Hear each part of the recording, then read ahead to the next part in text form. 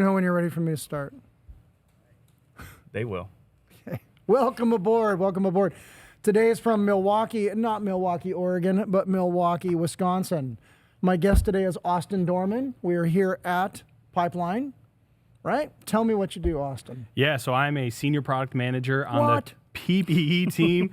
Yeah, so my job basically is to work on new product development. So I work very closely with end users out in the field, understand what their specific needs are within projects, and then work with the engineering team to deliver on those solutions. So when you say you work with folks out in the field, tell us what that means in Milwaukee terms. Yeah, for sure. So my big focus is actually truly getting out in the field, working belly to belly with these individual end users, seeing some of their frustrations day to day that they have with some of their different current PPE solutions. A really good example, getting out in the field and understanding when people are tweaking or changing their current solutions. That to us right there is a just first indicator, hey, we need to innovate here. We need to change something here. Great example, thinking of our hard hats and helmets. And we were going out on site and seeing people drilling holes and putting zip ties in to hold pens, or duct taping and super gluing lights onto the front of their head protection. We saw that as a very easy way to innovate, and we include actually these clips now with our hard hats and helmets that clip into the front or clip into the side to hold ink saws, pencils, or even just clipping in their lights in the front. Okay, so so this seems to be like a standard thing I've come across since I've been at Milwaukee, and every time I turn around, there's a group out in the field talking to people using your product, and then you're bringing that back in and changing the manufacturing of it, but yet still being backwards compatible with the stuff that you've already built. Yes. You're in the same line here with this product? Yes, very focused. So a good example, again, is our head protection. It's our bolt head protection. So it's in the PPE space, this is our system. So we have our M12, we have our M18, we have pack out. Okay. For us, this is our system approach. You have your helmet or your hard hat. That is essentially your rolling base or your power tool. And then we have all the other accessories like face shields, eye visors, earmuffs, sun protection that clip into it. And as we're continuing to go forward and look at all these different innovative solutions, we're always looking at what we got, make sure that it's always still backwards and forwards compatible. Nice. So there's a lot of different solutions. You see some today at the Pipeline event. We're coming out with some gasketed solutions. So that's a rubber seal over top of the face shield. That way, if you're working with drilling overhead and you have debris falling down, it sweeps it away and keeps it up out of your eyes and prevents that egress. Some other things, we're getting into the mirrored style of face shields and eye visors. So really just making sure we focus on getting guys to look great on the job site. So that's one of our big focuses. If you, that's important to look me. good, work good. That's what it is. Yeah, so always want to look like a wide receiver when I'm on the job site. We like to call it Maverick. We're a Top Gun. Yeah, there we go. I love that. I love the fact that my experience here has been phenomenal to understand the concepts that go on in Milwaukee Tools, and so you're a part of that, and that's important to me. And it's become kind of an underlying theme of everything I've looked at here is that if you make the investment into Milwaukee Tools, they make the investment back in to the series of tools you're purchasing. All the way through to the nth degree. That is not something I find in other tool companies. I'll just be honest with you. I just have not seen that in other tool companies, which makes me, kind of more than just a spokesman for it, because it's absolutely what's essential in how we do what we do. Yeah, so we look at it like in the office when we talk about people on the competitive side not really knowing those user needs and user frustrations and just launching new products. We call that the lick and stick approach. They're going to some sort of distributor or some sort of vendor and taking a product off shelf, slapping their name on it and saying, here you go, Mr. User, here's a new solution for you. But it's got your brand name on it, so you're assuming that it's something that you've developed yourself, and that's just not the case. Yeah. So that's the big thing with us. Again, this isn't just PP, this is company-wide. We are very user-focused. Me as well as all the other product managers on our staff, they get out in the field regularly and are regularly understanding what those individual needs are. So this is across the whole company. We are not going to do that lick and stick approach. When we develop a product, everything is developed here in-house. from the ground up. You have all the way from that initial user research to validating prototypes to all the commercialization efforts that come after that. All of that is in-house and from the ground up. So now, are you going to just places in Milwaukee, or are you going throughout the country? Throughout, I would say throughout the country, and in some instances around the world. Okay. There are different needs. We know, especially in the PPE space, because safety requirements can be so different from not only region to region within the U.S., but country to country.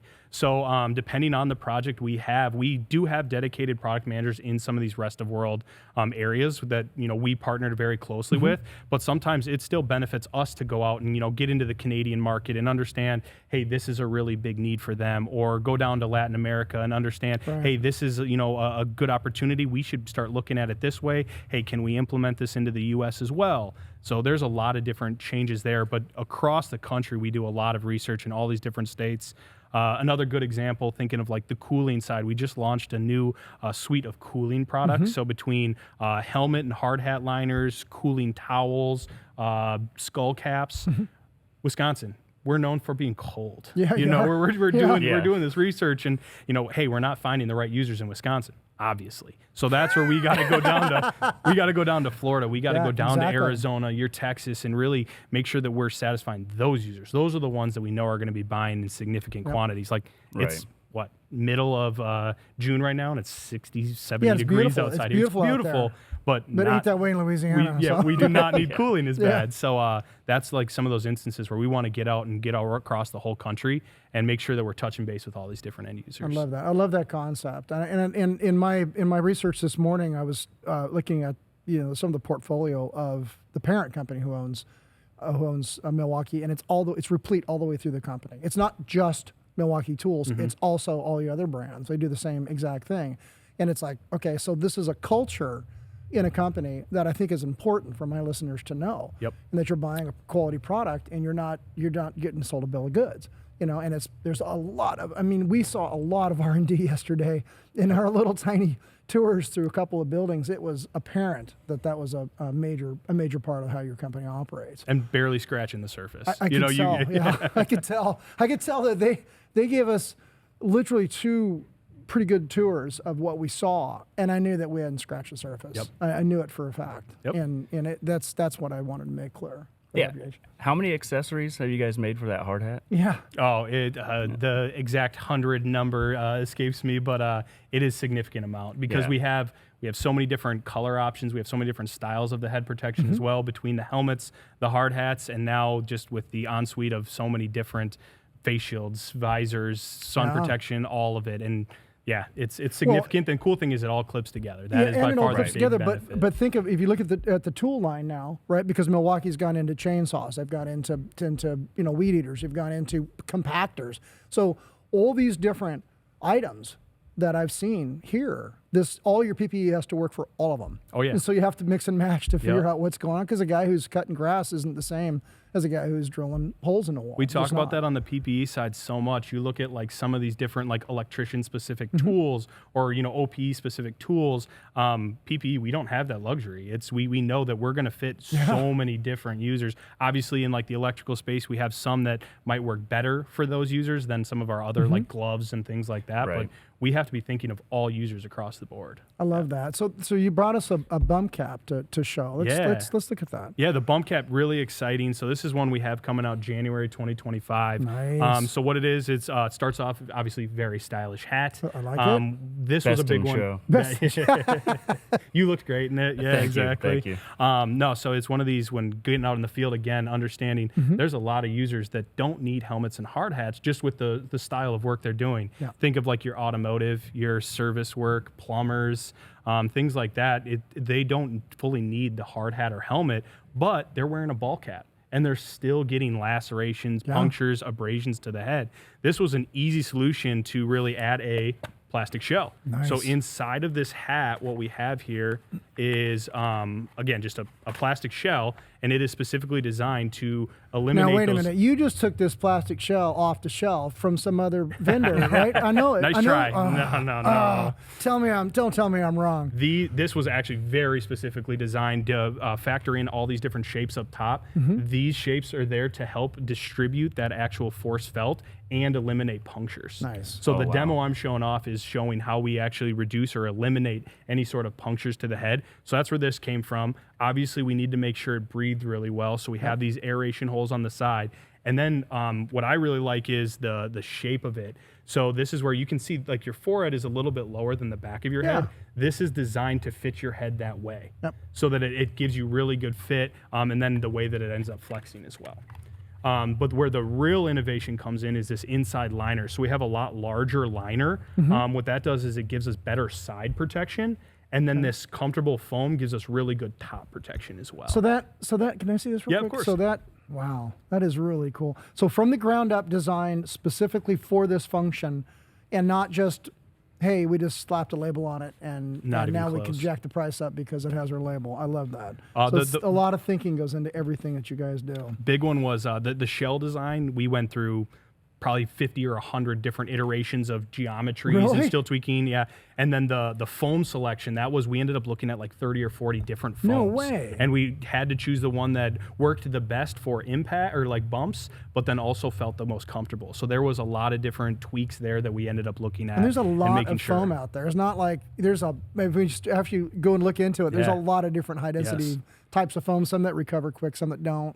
The number yeah. of foam samples I had in my office where I was like, too soft, too hard. Oh, this one performs well? Okay, I was looking at that. That's so, awesome. Yeah, really cool stuff. Yeah, it's super exciting because I think it's a very stylish looking hat too. You're going to think get so, too. people that normally aren't wearing head protection. This is an easy step up into realizing still look good. It's still very comfortable, but now you're getting that protection from Yeah. lacerations, punctures. Tyler didn't even look like he was wearing a bump cap. No, it not just at all. looked like a No, stylish it just hat looked like on a him. stylish hat. But the whole concept behind it is, bump caps are something I saw when I was in the Navy that we would wear. Sometimes we did need a hard hat when you're in the yards, and because any time you put a regular hard hat on, the older design, it sits up so high that immediately you find that you are hitting your head on everything because now you're an inch or two taller. Yep. The new design of the hard hats with the lower profile is an awesome change. That is an awesome change, and the honeycomb interiors for the shock absorbing, all that stuff. So talk about some of those innovations. Yeah, certainly. So our big push right now is from hard hats to helmets. Okay. So the helmets just provide significantly more protection.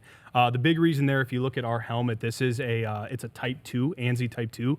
So traditionally your hard hats are ANSI Type 1. Okay. What that means is it's anything falling from above, hitting you on top of your head, that is ANSI Type 1 protection. Our helmets are ANSI Type 2, so they still protect from the top, but then they also protect from the front, back, and sides. Okay. So that's the added benefit there. Then when you look at the leading cause of traumatic brain injuries on job sites, it's slips, trips, and falls. So people fall, they hit the back of their head, or they're up in the air No and they swing kidding. into something. Yes, it's actually a really big issue. So what we actually have, something as simple as having that chin strap helps make sure that head protection stays on. Nice. That's really big. But then the foam inside is what really helps secure the head and make sure that we're eliminating those traumatic brain injuries. Beautiful. Are you going to put RFID in those things so that? We're looking into an on-suite of different products. We are just getting started. That's our model right Yeah, now. with With the 100 years, getting- we're just getting started. 100 years, baby.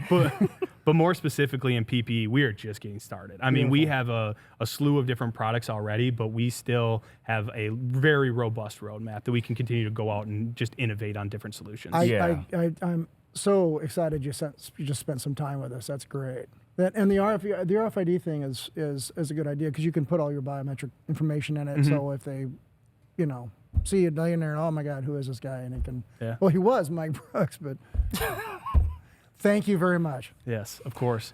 Appreciate it. Excellent. Thank you.